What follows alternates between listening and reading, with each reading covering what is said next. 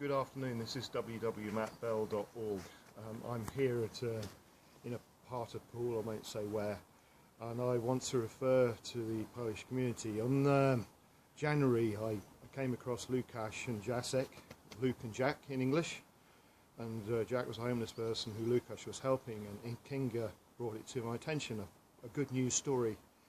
But there's a wider story to tell, and it was brought to my attention by somebody who posted a link which I shared on my page about a gentleman who shared what the Polish community does for this community locally. And to think of the wider history of what they've suffered, you need to know why they find it difficult to trust people, if you find it's difficult to make relationships with them.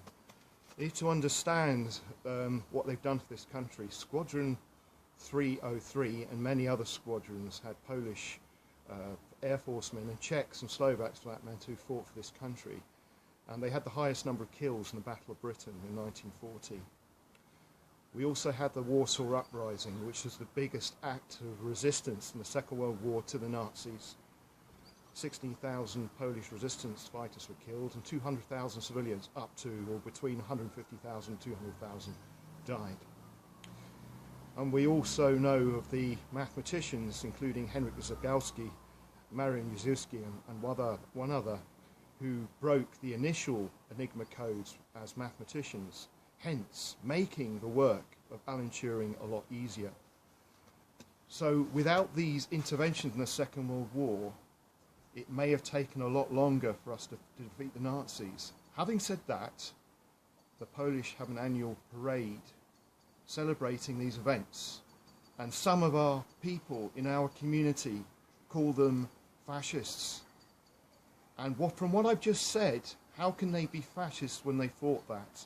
They lost so many people, and it's an insult. And if you were from that country and you were called a fascist, having gone through that, you'd be angry, and they would be rightly angry.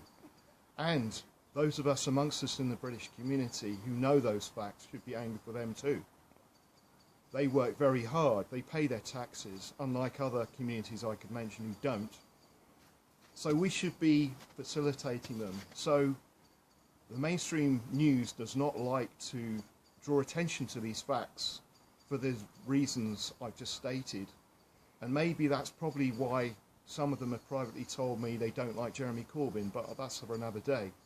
But we need to understand where people have come from.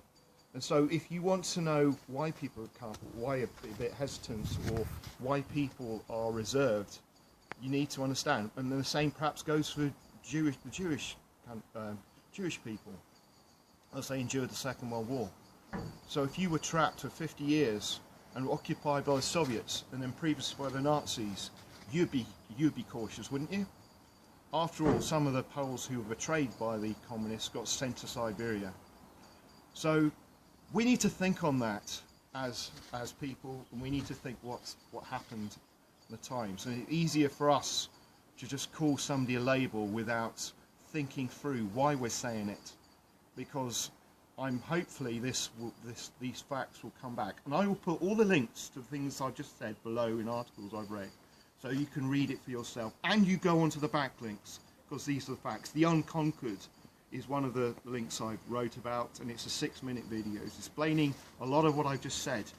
So we need, as I said, we all need to think about these facts. We all need to think our things through in our relationships with people. And if you want to know more about communism, why it's such a bad idea, then I suggest, with respect, those who disagree with me and what I'm saying, contact somebody who's my own age or your age, late 30s, early 40s, mid 40s, early 50s, who's Polish, who's Czech or Slovak or Hungarian or Bulgarian or Romanian or Serbian or Croatian, and they'll tell you how bad communism was. And you need to understand that, because we've been through political correctness, we're being told it's a good idea. It is not a good idea. So we need to engage these voices who've gone through it to warn us not to go through it again for our sakes, if we value our freedom. Please listen to what I'm saying. This isn't fake news, this happened. So I'm going to call off now. This is a very serious video, but I felt I had to say it. And thank you for listening.